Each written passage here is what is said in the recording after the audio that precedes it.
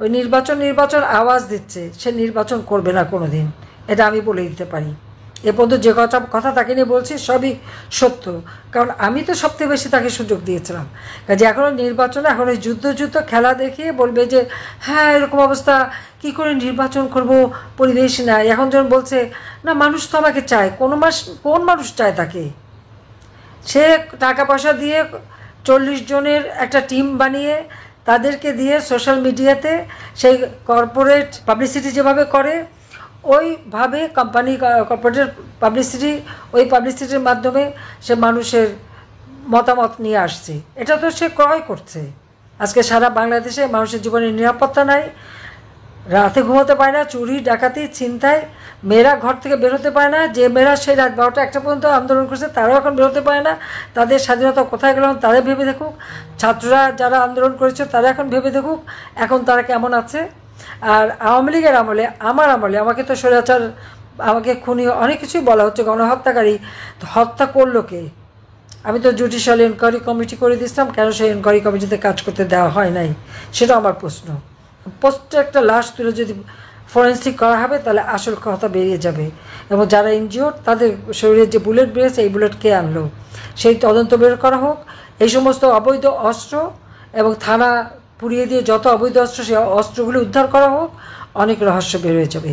কাজে শ্রমিকের অর্থ আত্মসাৎকারী সে ক্ষমতায় বসে এখন ওই ক্ষমতার চেয়ারে গুলুর সাথে আটকে গেছে, এখন আর নড়তে চায় না, আর কিছুতেই যাবে না, আর সে যাবেও না, ইলেকশনও দেবে না। যে যত আশা করুক, যে যত করুক, ইলেকশন কথা বলে মানে ছেলে বুলানো ললিপপ দেবে, কিন্তু ইলেকশন সে দেবে না, এটা আমি একেবারে নির্বিঘ্ন বলে দিতে পারি। কিন্তু আজকে এই যে যুদ্ধ খেলা বা মানবিক করিডোর দরকারটা কি? মিয়ানমারে তো অনেক জায়গা আছে, ওখানে মিয়ানমারের বেঙ্গলে তাদের পোর্ট আছে, ওখানে অনেক জায়গা আছে যেখান থেকে যে কোনো সাহায্য সহযোগিতা তারা পাঠাতে পারে। তা বাংলাদেশকে কেন ব্যবহার করতে হবে? বাংলাদেশের ব্যবহার করা মানে বাংলাদেশটাকে একটা মহা বিপদে ফেলে দেওয়া। তার বাংলাদেশের নিরাপত্তা, অর্থনীতি, সামাজিক নিরাপত্তা সব কিছু ব্যাহত হবে, স্বাধীনতা সার্বভৌমত্ব ব্যাহত হবে।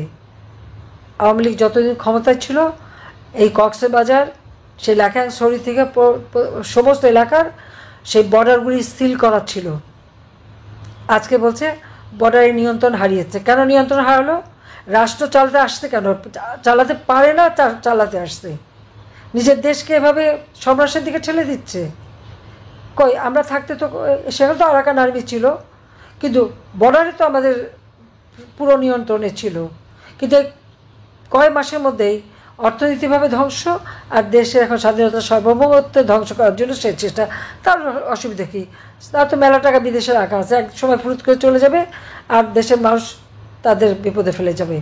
কাজেই শ্রমিকের অর্থ আত্মসাৎকারী, শ্রমিক আদালতে সাজাপ্রাপ্ত ইউনূসের, তার আর রাষ্ট্র পরিচালনা করার কোনো অধিকার নেই। সে অবৈধভাবে ক্ষমতা দখল করেছে, অসাংবিধানিকভাবে দখল করেছে। তাকে যে করেই হোক তাকে ক্ষমতার থেকে হটিয়ে দেশের স্বাধীনতা সার্বভৌমত্ব রক্ষা করতে হবে, আমাদের কৃষক শ্রমিক মেহনতি মানুষের স্বার্থ রক্ষা করতে হবে, মানুষের জীবনের শান্তি নিরাপত্তা ফিরিয়ে আনতে হবে।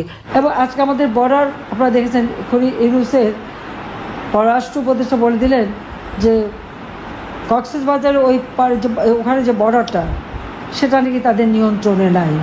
এটা কোন ধরনের কথা? 2024-এর 5ই আগস্ট পর্যন্ত আমি যতদিন ক্ষমতায় ছিলাম ততদিন তো ওই বর্ডার আমার বাংলাদেশের নিয়ন্ত্রণে ছিল, সম্পূর্ণ নিয়ন্ত্রণে ছিল। আজকে কেন নিয়ন্ত্রণে নাই সেই জবাব ইউনূসের কাছে চাইতে হবে।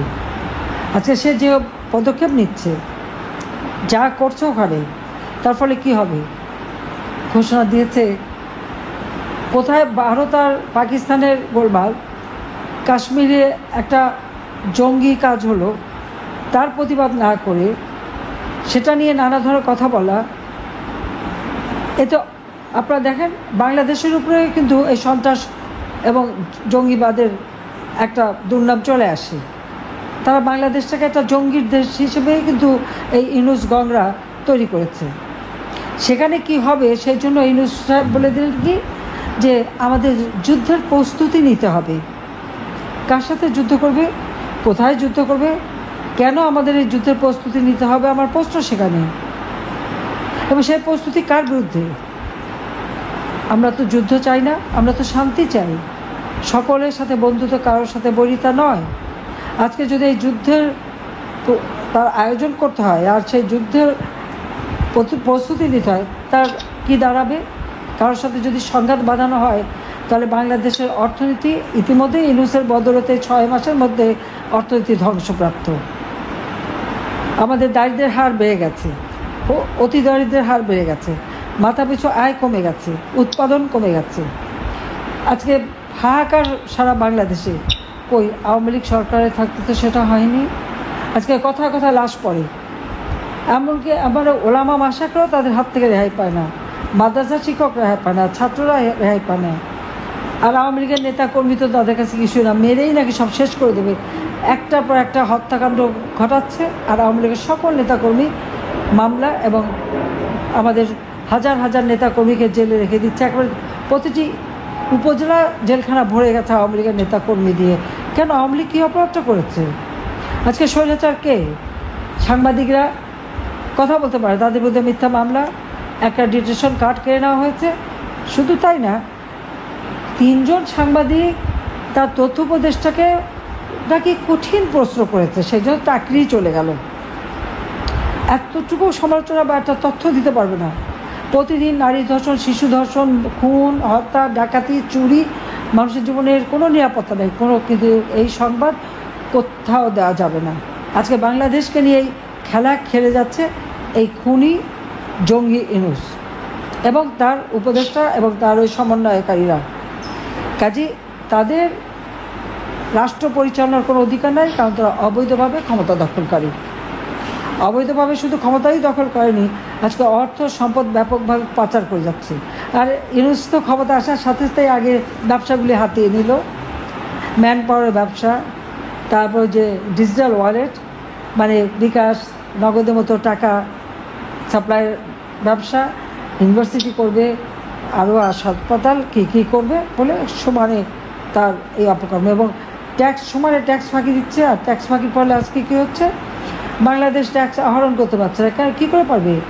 যে ক্ষমতা দখল করেছে, সরকার প্রধান হিসেবে নিজেকে পরিচয় দেয়, সেই যখন ট্যাক্স দেয় না, ট্যাক্স ফাঁকি দেয়, তাহলে তো আর সাধারণ মানুষকেও ট্যাক্স দেবে। কাজে এর হাত থেকে রক্ষা করার জন্য দেশকে রক্ষা করতে হবে, দেশের মানুষকে বাঁচাতে হবে, মানুষের জীবনের শান্তি নিরাপত্তা নিশ্চিত করতে হবে। মানুষের ভিতরে যে আস্থা বিশ্বাস ছিল এবং আমাদের তরুণ সমাজ, যাদেরকে আমরা প্রযুক্তি প্রশিক্ষণ দিয়ে একটা উন্নত সমাজে বাংলাদেশ গড়ার জন্য প্রস্তুত করছিলাম, লেখা পড়া সব ব্যবস্থা আমরা করে দিয়েছিলাম। আজকে লক্ষ লক্ষ ছেলে মেয়ে পরীক্ষা দিতে পারেনি এসএসসি, আজকে তারা পড়াশোনা করার সুযোগ পাচ্ছে না। কাজে এই অবস্থা থেকে বাংলাদেশের মানুষকে বাঁচানোর জন্য যেখানে যে যেভাবে আছে, কোনো নির্দেশ লাগবে। আজকের এই কথাই আমার নির্দেশ, যে যার যেখানে যেভাবে পারবে এই সরকারের পতনের জন্য এবং এই সরকারকে হটিয়ে বাংলাদেশের মানুষের জীবনে শান্তি নিরাপত্তা ফিরিয়ে আনার জন্য সকলকে কাজ করতে হবে। কারণ এদেরকে ছাড় দেওয়া যাবে না।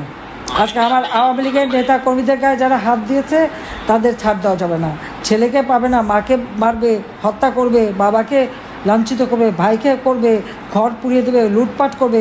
এই লুটপাট করে কারা কোথাও কোন সম্পদ নিয়েছে সব খুঁজে বের করতে হবে। এই জন্য প্রত্যেকটা এলাকায় যারা সংযুক্ত আছে আমি তাদেরকে বলবো, এবং আপনারা সবাইকে আমার এই বার্তাটা পৌঁছাবেন, কোন কোন এলাকায় কারা কারা আমাদের আওয়ামী লীগের নেতাকর্মী বা আমাদের মুক্তিযোদ্ধাদের সম্পদ ধ্বংস করেছে, আগুন দিয়েছে, লুট করেছে, কোন কোন প্রতিষ্ঠান ধ্বংস করেছে, সমস্ত কিছু ডকুমেন্ট তৈরি করেন এবং আন্তর্জাতিকভাবে এটা প্রচার করতে হবে এবং সাধারণ মানুষের কাছে কথাটা পৌঁছাতে হবে। আমরা খালি মানে গ্রুপ করে কথা বললে হবে না, মানুষের কাছে কথাগুলি পৌঁছাতে হবে যে কীভাবে এই খুনি এবং জঙ্গি ইউনূস ক্ষমতা দখল করার পর এদেশের মানুষের উপর অত্যাচার নির্যাতন চালিয়ে যাচ্ছে, সম্পদ লুটপাট করে যাচ্ছে, বিদেশে টাকা পাচার করছে। আজকে তার সমন্বয়করা তো রাতারাতি আঙুল ফুলে কলা গাছ, উপদেষ্টারাও প্রচুর পয়সা বাড়াচ্ছে। কাজে জনগণের সম্পদ কেড়ে নিয়ে তাদের নিজের ফুলে ফেঁপে উঠেছে। মাত্র 8 মাসের মধ্যেই তারা যা বানিয়েছে, আমাদের মধ্যে দুনিয়ার দুর্নীতির মামলা দেয়, কিন্তু তাদের দুর্নীতিটা কি চোখে পড়ে না? মানুষের চোখে পড়ে। সেই জন্য আমি বলবো যে সবাইকে এক হয়ে কাজ করতে হবে এবং আপনারা যখন বসবেন কার এলাকায় কী কী ক্ষতি হয়েছে সেই কথাগুলি আলোচনা করতে হবে, সে আলোচনা করে সেগুলি রেকর্ড করে সেটি প্রচার করতে হবে। কাজে এটি আমার নির্দেশ যে এখন আর সময় নাই, আমাদের দেশের স্বাধীনতা সার্বভৌমত্ব রক্ষা করতে হবে, দেশের মানুষের শান্তি নিরাপত্তা নিশ্চিত করতে হবে, দেশের অর্থনৈতিক উন্নতি সমৃদ্ধির পথে বাংলাদেশকে এগিয়ে নিয়ে যেতে হবে। তার জন্য এই জঙ্গি ইউনূসকে হটিয়ে আমাদের গণতান্ত্রিক ধারা অব্যাহত রেখে বাংলাদেশকে এগিয়ে নিয়ে যেতে হবে। সবাইকে ধন্যবাদ। জয় বাংলা, জয় বঙ্গবন্ধু বাংলাদেশ।